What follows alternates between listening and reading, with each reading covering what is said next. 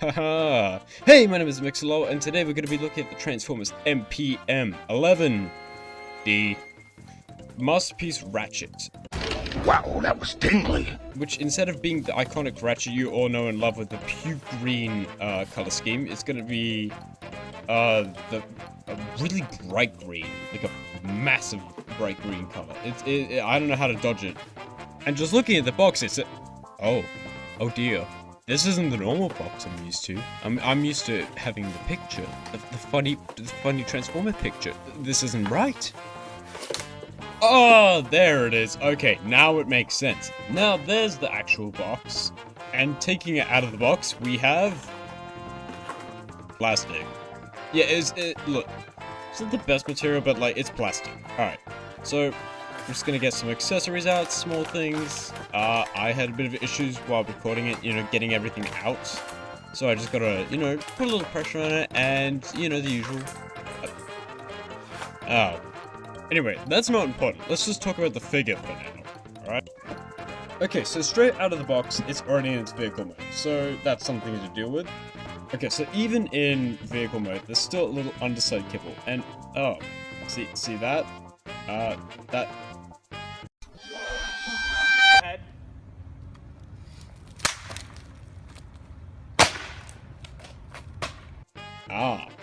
Okay, so yeah, that's the head. This is gonna be like the Studio Series hook all over again. We'll discuss that later. Let's just talk about the overall vehicle mode for now. The shape, the look, and the decals on it are all very well done, I have to admit. And it should be, because it's a masterpiece figure. Like, if you don't look at the underside, the figure looks really good. Like, it looks perfectly accurate to the actual movie counterpart. Since it came in the box, I'm not going to be transforming it into robot mode, but I'm going to do vice versa. And here he is, Ratchet in his robot mode. The painting, the sculpting, the overall detail. It is amazing. Very high quality, and it's just such a joy to look at. Besides, if you don't look at the back, it looks very nice. And we can't forget about those accessories we just saw earlier. He's got 2 little missile launchers and a little buzzsaw for his left arm and a little healing cannon for his right arm. Or is it just a cannon? I don't know. The little missiles plug in here and also there. The buzzsaw goes in between the missiles into his arm. Also, it spins. Haha, yeah. And the gun just clicks in nicely into the opposite arm. Now, with all the accessories added on, we can just have a good look at the figure again. And I've got to admit, it looks really nice, really detailed, and it's just overall a joy to look at. If I had more effects and accessories and just general detail for backgrounds, I bet photos like this would turn out amazing. Okay, let's talk about posability. The arm can do a full 360 around, but I mean, alright, there is some issues with, the front parts of Ratchet's body, where you just have to move it slightly, and there you go, full 360. Arm can move out that far, and thank God there is ratchet joints. Elbows on a hinge and can bend that far. The head is on a small hinge and can move up and down that far. It's really not much, but it can move all the way around, left, right, and 360. And hey, even the mouth opens. You don't get that every day on Transformers figures, so it's just nice to see it. Now, I've got to extend both arms for this just to make it a bit easier overall, and let's have a waist swivel. And yes, holy crap, it does have a waist swivel. We can't do full 360, but thank God we have a waist swivel and we're so back. The legs are a ratchet hinge joint and can go up to 90 degrees, as well as the knee are not double jointed, but all joints have ratchets, ironically enough. So it just feels a lot better to handle it, And legs go out that far. Now just putting that back into position. The feet have a bit of posability, just a little, like 45 degrees or so, just to get that extra bit of posability. And hey, look, there's some posability there in the hands as well. You don't get that every day either. The hand and fingers as well are both on hinge joints, so yeah, you can just give it some extra posability. Both the hand and elbow, I forgot to mention that part, are both on swivel, so you can do like a full 360. Now the fingers actually are pretty posable. It's got 2 hinge joints, so you can give some more posability to the hands. The hands on the side, though, aren't actually that posable. You get, like, it's just moving back and forth. And since he's a masterpiece figure, it's pretty damn tall. Anyway, time to compare heights. Here is Blocky's Optimus Prime, Lego Optimus Prime, and my previous review, the Transformers Studio Series 86 Devastator. I'm not bothering with the Constructicons, that's its own thing. Alright, so I've just about run out of points of interest, but I do want to bring up, he does have a backpack.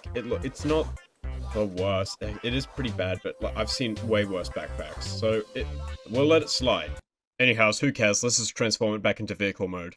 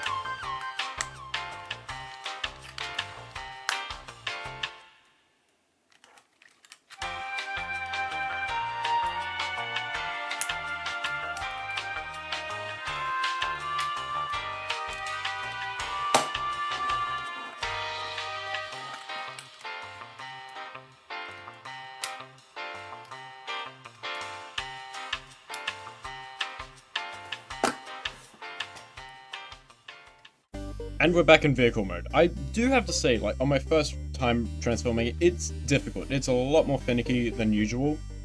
But that goes for a lot of Transformers, like, especially Masterpiece lines. They are very difficult to memorize. But you get used to it, and then it just becomes more fun. Despite it being pretty big, it actually compacts down quite nicely. Anyway, let's do some size comparisons again. Here's Lego Optimus, and the Constructicons only separated, and I'm only doing Mixed Master because I'm lazy. And now for the final conclusions, or just what I think of it at this point. Overall, it's a solid figure. Like, I can imagine some people not liking it for, like, the backpack or its posability or whatever. I mean, posability, it's fine. It's all really good for a Masterpiece figure. If you wanted to get started on collecting Masterpieces, I'd say this is a solid start, like, but there are way better figures out there, trust me. Now, if you've made it this far, you might know I did not whinge and complain as much compared to the Studio Series Devastator review. And fair enough, look, it's a Masterpiece figure, and honestly, it's always like a lot higher quality as well. So I'm never really angry about it, but yeah, it can be better. Anyway, now I've just run out of anything comedic or funny, so just Go watch the Devastator review or just do whatever. No one cares. Yeah, I can't think of anything funny. Alright, bye. Tingly.